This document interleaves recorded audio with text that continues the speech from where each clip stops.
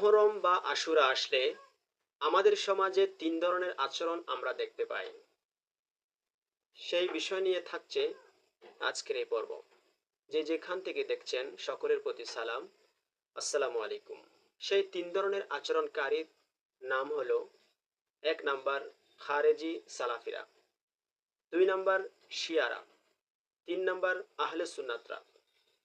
প্রথমে আসি সালাফিদের আচরণ কেমন। তারা মহরম বা আশুরা আসলে তারা এজিদের প্রশংসা করে এবং আহলে বায়েতের প্রতি বিদ্বেষ পোষণ করে, আহলে বায়েতের প্রতি বেয়াদবি করে। শিয়াদের আচরণ, শিয়াদের আচরণ হলো এরা আহলে বায়েতের প্রতি মোহাব্বত প্রকাশ করে, প্রশংসা করে, এজিদের নাম দিয়ে শুরু করে তারা জলিলুল কদর বহু সাহাবীর প্রতি বেয়াদবি করে। তিন নম্বরে আসি, তিন নম্বরে হলো আহলে সুন্নাত ওয়াল জামাত।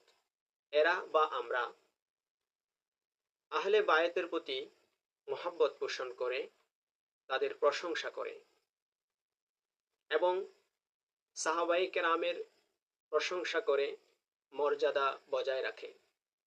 এর পাশাপাশি এজিদের প্রতি ঘৃণা পোষণ করে এবং এজিদের ভণ্ডামি সমাজে তুলে ধরে। এই তিনটি আচরণ থেকে আপনি কোনটি মান্য করেন বা পোষণ করেন সেটি আমাদের কমেন্ট বক্সে জানিয়ে যাবেন। আজকে এ পর্যন্ত, আগামীতে দেখা হবে আবার ইনশাআল্লাহ। সে পর্যন্ত ভালো ও সুস্থ থাকুন। আসসালামু আলাইকুম ওয়া রাহমাতুল্লাহ।